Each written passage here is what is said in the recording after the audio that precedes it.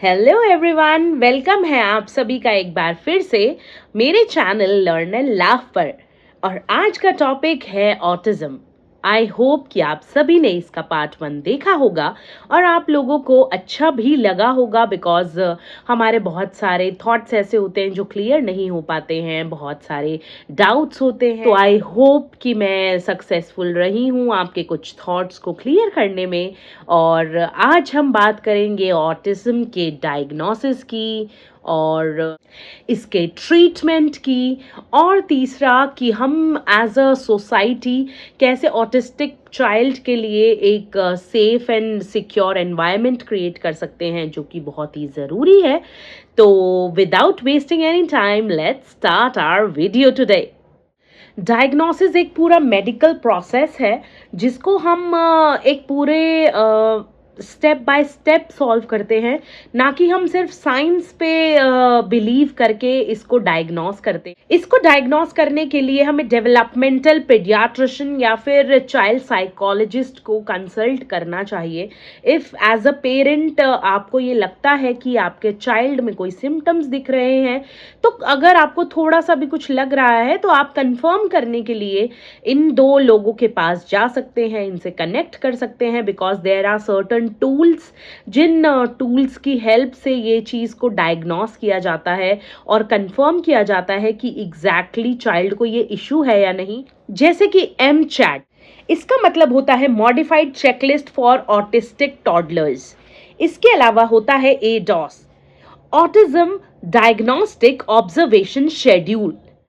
इसके अलावा और एक टूल होता है जिसका नाम होता है कार्स। इसका मतलब है चाइल्डहुड ऑटिज्म रेटिंग स्केल।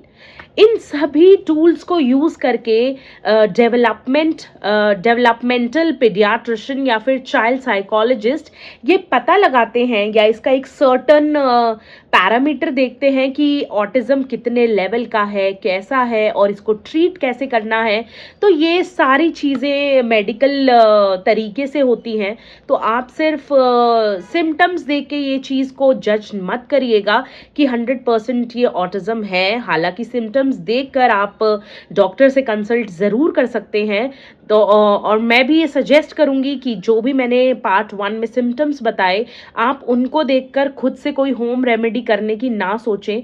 अगर वो सिम्टम्स आपके बच्चे में दिख रहे हैं तो आप जल्द से जल्द डेवलपमेंट पीडियाट्रिशियन या फिर चाइल्ड साइकोलॉजिस्ट को कंसल्ट करें, ताकि वो इन टूल्स के थ्रू, इन टूल्स की हेल्प से उस पैरामीटर को जज करें, उस पैरामीटर को जान सकें और बच्चे का ट्रीटमेंट स्टार्ट करें। नेक्स्ट है थेरेपीज। एक्चुअली ऑटिज्म का कोई भी एक परमानेंट कोई भी सोल्यूशन नहीं है, कोई भी ट्रीटमेंट नहीं है।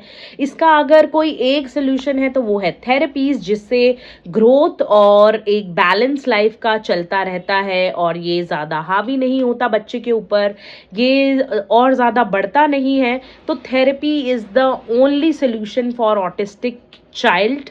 और ये भी अलग अलग तरह की थेरेपीज होती हैं जो अलग अलग बच्चे के लिए होती हैं, बिकॉज हर बच्चा, जैसे कि आप जानते हैं, अलग होता है। हर बच्चे के ऑटिज्म का लेवल भी अलग होता है। तो ये सारी थेरेपीज भी अलग अलग तरीके से काम करती हैं। जैसे कि सबसे पहले है ABA थेरेपी। ये एक बिहेवियर को सही रखने के लिए एक स्ट्रक्चर्ड तरीके से टेक्निक्स यूज करने का तरीका है।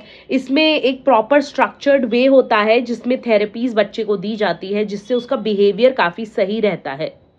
नेक्स्ट है स्पीच थेरेपी। स्पीच थेरेपी उन बच्चों के लिए स्पेशलाइज्ड होती है जिनको बोलने में काफ़ी इश्यूज होते हैं या जो बोल नहीं पाते या जिनको बोलने में दिक्कत।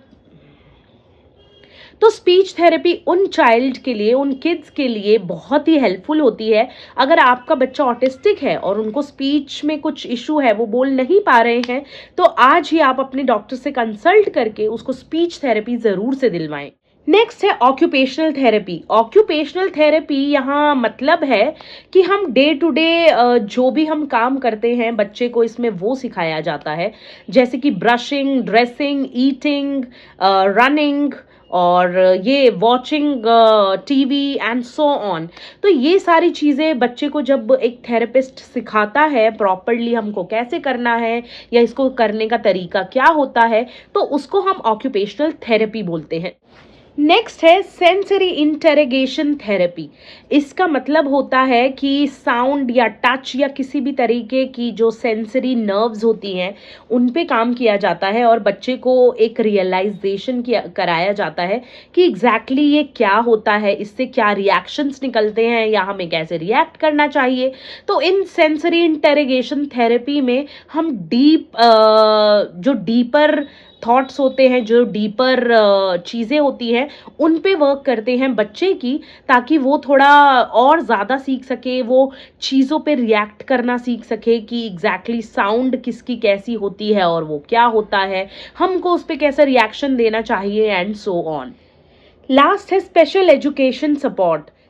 स्पेशल एजुकेशन उन बच्चों के लिए होती है जो ऑटिस्टिक होते हैं या फिर वो स्पेशली एबल्ड होते हैं या फिर उनमें कोई स्पेशल क्वालिटी होती है। उन बच्चों के लिए एक स्पेशल एजुकेशन का पूरा फॉर्मेट क्रिएट किया गया था और उनको हेल्प करने के लिए उनकी डेवलपमेंट में बहुत सारी ऐसी एक्टिव और बहुत सारे ऐसे फॉर्म्स को यूज़ किया जाता है जिससे उन्हें सीखने में बहुत ज़्यादा प्रॉब्लम नहीं होती, उनको सीखना बहुत ईजी हो जाता है, उनको अच्छा लगता है वैसे सीखना और वो बहुत अच्छे से हर चीज़ों को ग्रास्प करते हैं और आगे बढ़ते जाते हैं। इसके बाद आता है उनका सपोर्ट सिस्टम। सबसे पहला सपोर्ट सिस्टम होता है परिवार यानी कि फैमिली।